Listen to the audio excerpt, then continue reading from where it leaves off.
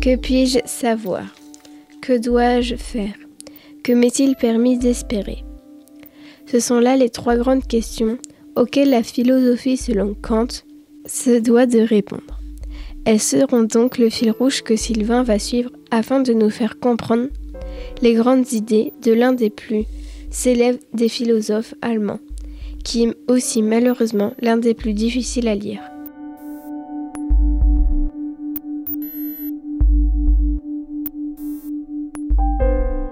Emmanuel Kant naquit en 1724 à Königsberg, alors capitale de la Prusse orientale, qui est aujourd'hui la ville russe de Kaliningrad. C'est là qu'il naquit, qu'il étudia la théologie, la philosophie, les mathématiques à l'université. Là aussi qu'il devint précepteur pour des riches familles, puis enseigna à son tour dans la même université. Là enfin qu'il mourut en 1804. C'est d'ailleurs souvent un motif d'amusement, il ne quitta jamais Königsberg, et la légende dit qu'il faisait chaque jour une promenade de façon immuable jusqu'au parc de la ville. Il n'aurait fait entorse à ce rituel que 2 fois, en 1762 pour se procurer le contrat social de Rousseau, comme lui philosophe des Lumières, et en 1789 afin de se procurer la gazette annonçant la Révolution française qui venait d'éclater.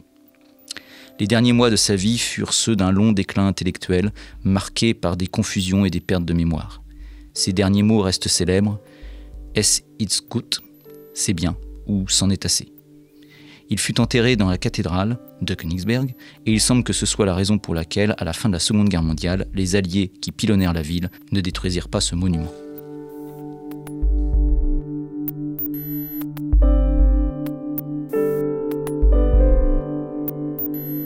Son œuvre la plus célèbre est un triptyque composé de livres critiques, au sens de l'esprit critique, c'est-à-dire d'un questionnement sur le bien fondé et les limites de ce que nous croyons être vrai, être bien, être beau. Ces 3 ouvrages explorent ces 3 points. La critique de la raison pure, qu'est-ce qui est vrai, la critique de la raison pratique, qu'est-ce qui est bien, la critique de la faculté de juger, qu'est-ce qui est beau. Comme la plupart de ceux des philosophes allemands du XVIIIe siècle, ces textes sont malheureusement écrits de façon très technique, et leur lecture est impossible comme telle. Les grandes idées qui sont défendues ne sont toutefois pas si complexes, que le texte en tout cas pourrait le laisser paraître. Et voici ce qu'il me semble qu'il faille en retenir. Afin de comprendre le projet général de la critique de la raison pure, il est nécessaire de se replacer dans le contexte historique de l'auteur.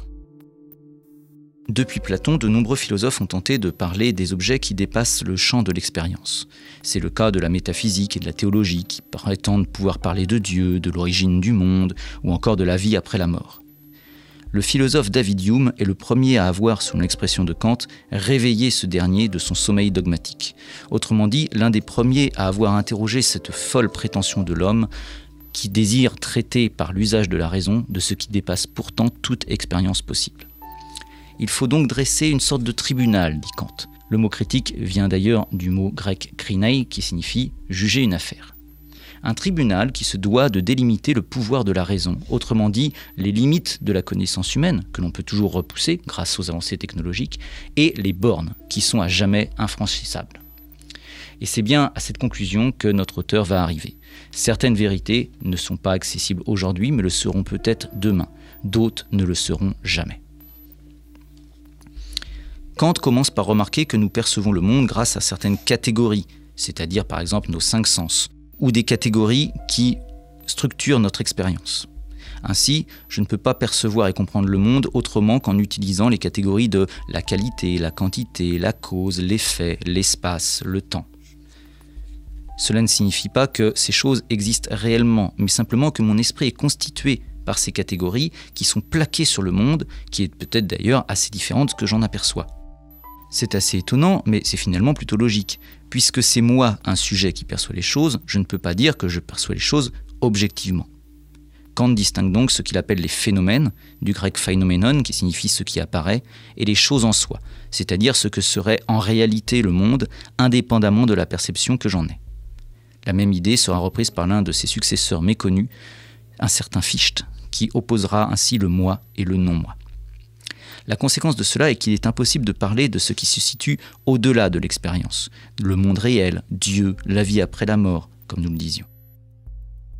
Kant remarque d'ailleurs que si les philosophes ne sont pas d'accord entre eux sur ces questions, ce n'est pas parce que l'on ne peut par exemple ni prouver que Dieu existe, ni prouver que Dieu n'existe pas, mais tout au contraire prouver de manière tout à fait rigoureuse que Dieu existe et prouver de manière tout à fait rigoureuse que Dieu n'existe pas. C'est ce que Kant appelle des antinomies. Il en va de même pour la question de savoir si le monde a une origine ou non, si nous sommes libres ou non, ou si l'esprit peut survivre par-delà la mort. Ce ne sont que des objets de croyance et en aucun cas de savoir.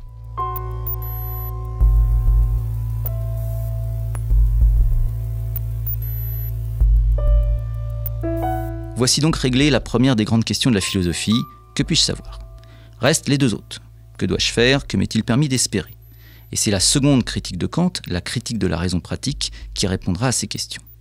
On entend parfois que chacun a sa morale, au sens où chacun a ses valeurs, ses priorités dans la vie.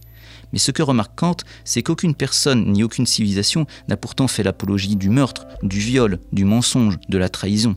C'est seulement que l'on agit parfois contrairement à la morale, contrairement à ses valeurs universelles, parce qu'on place quelque chose au-delà de la morale.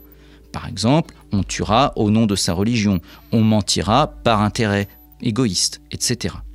Cela montre donc bien que la morale est universelle, et c'est d'ailleurs sur cette idée qu'est basée la Déclaration universelle des droits de l'homme. Évidemment, dans la vie de tous les jours, il est parfois préférable de mentir. Et l'on est parfois aussi confronté à des dilemmes qui font qu'on doit désobéir à un commandement moral pour en respecter un autre. Si en disant par exemple la vérité, je risque d'attenter à la vie d'autrui, que dois-je faire ? C'est pourquoi on retrouve souvent des références à Kant dans le domaine éthique. L'avortement, l'euthanasie, la question du droit des animaux, des devoirs des hommes envers la nature, etc. L'une des conséquences de la critique de la raison pratique est également qu'il faut avant tout rechercher à être quelqu'un de bien, de respecter ce que Kant appelle la loi morale, l'impératif catégorique, avant de rechercher à être heureux.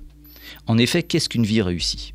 Une vie dans laquelle on s'épanouit, on est devenu riche, on a des amis, une vie bien remplie, ou une vie dont on peut être fier parce que même si on est parfois passé à côté de certains avantages, on peut au moins se regarder dans le miroir en se disant qu'on n'a rien à se reprocher de profondément immoral. Par ailleurs, on peut remarquer que le bonheur est assez difficile à définir. On ne sait pas toujours si on est heureux. La morale, par contre, selon Kant, est très facile à définir, puisque ce qui est immoral, c'est tout simplement ce qui va à l'encontre du respect de la personne humaine. Mais Kant souligne qu'il faut peut-être aussi rechercher à être heureux, tout d'abord parce que c'est naturel, et aussi parce que le fait d'être heureux facilite le fait d'être moral.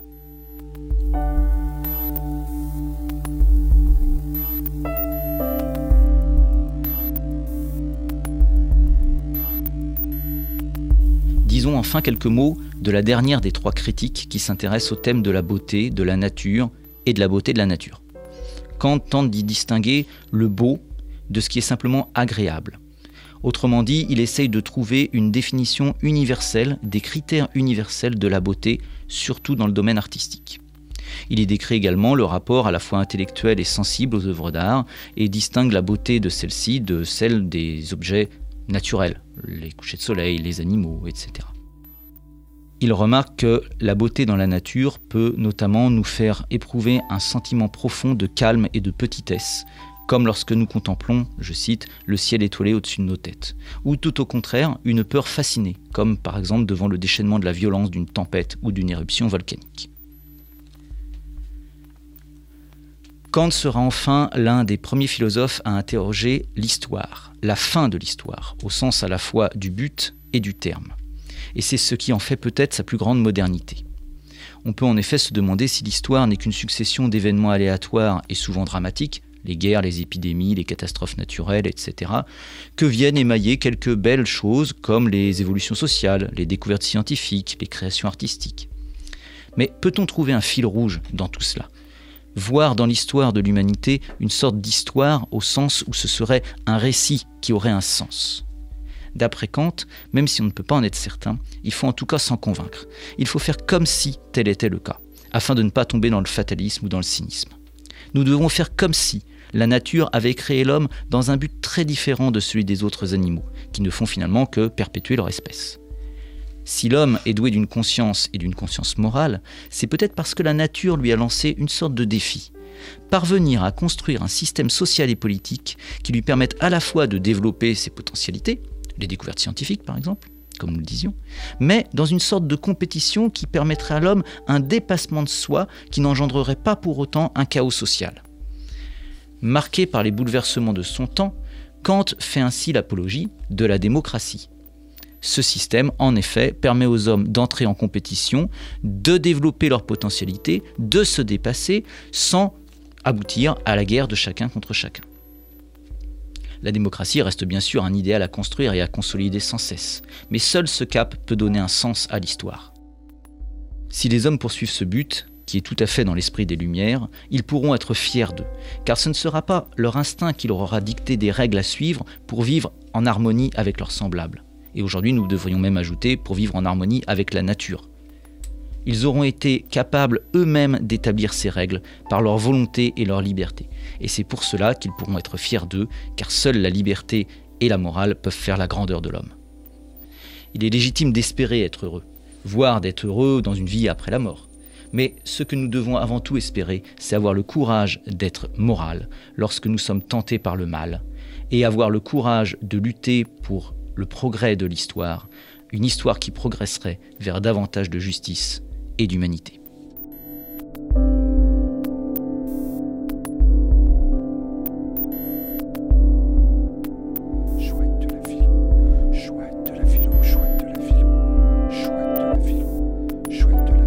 Chouette de la philo, chouette de la philo, chouette de la philo, chouette de la philo, chouette de la philo, chouette de la philo, chouette de la philo, chouette de la philo, chouette de la philo, chouette de la philo, chouette de la philo, chouette de la philo. C'était Chouette de la philo, un rendez-vous mensuel proposé par Sylvain Portier avec les voix d'Aline Portier et de Sylvain Portier. Montage